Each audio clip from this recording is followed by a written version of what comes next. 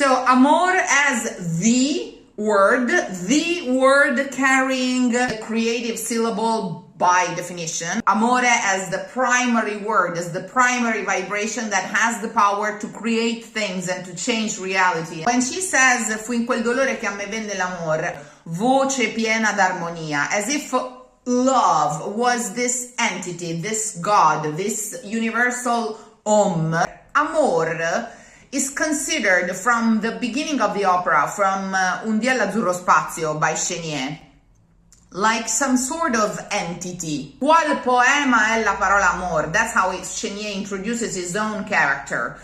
La parola amor è un poema. La parola amor is a poem, so la parola amor is poetry herself, but poetry means the possibility to create. I'm taking it from afar.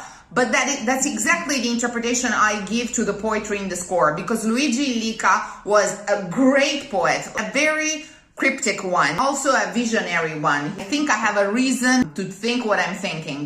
Chénier says, or vedrete fanciulla qual poema è la parola amor, because he means love, and in my opinion, the etymon of love, it's uncertain. I believe it's from amor in Latin, from mors, without death, but that's doubtful because now it turned out to be closed. If it was amors, it's weird.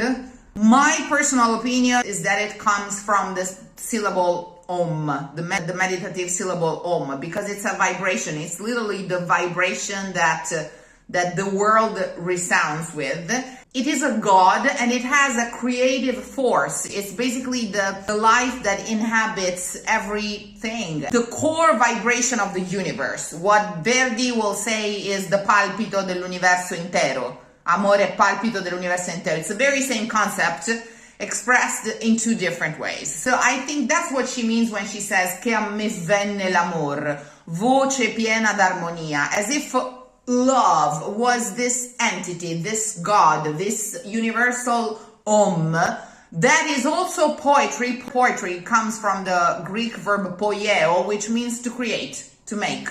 And in fact, poetry has the power, the spell, the abracadabra, the I create as I speak.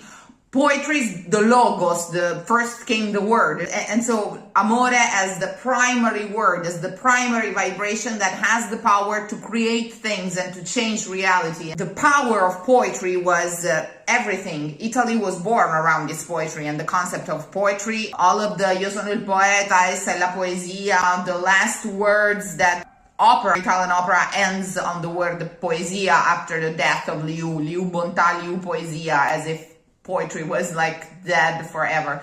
So amor as the word carrying, in my opinion, especially the creative syllable by definition, which is the Om. In India, the cow is sacred because she goes Om.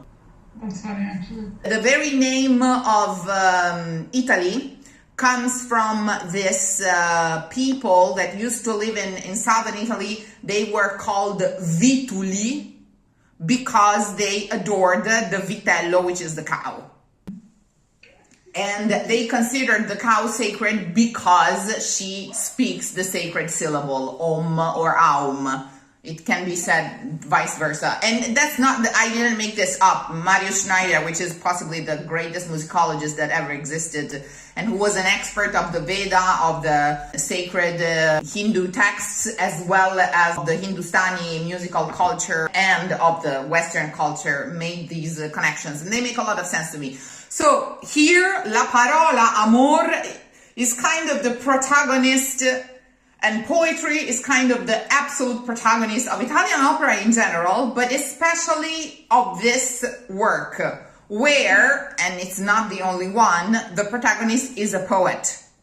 As in Trovatore, as in Bohème, as in La Traviata, because Alfredo is Dumas himself. So poetry as the queen, as the protagonist, and everything revolves around it. So from now on, when she speaks about Amore, I think she speaks about this supreme vibrating entity that is the pulsation of the entire universe. I wasn't entirely sure how to read it except that being the case, because otherwise it's like...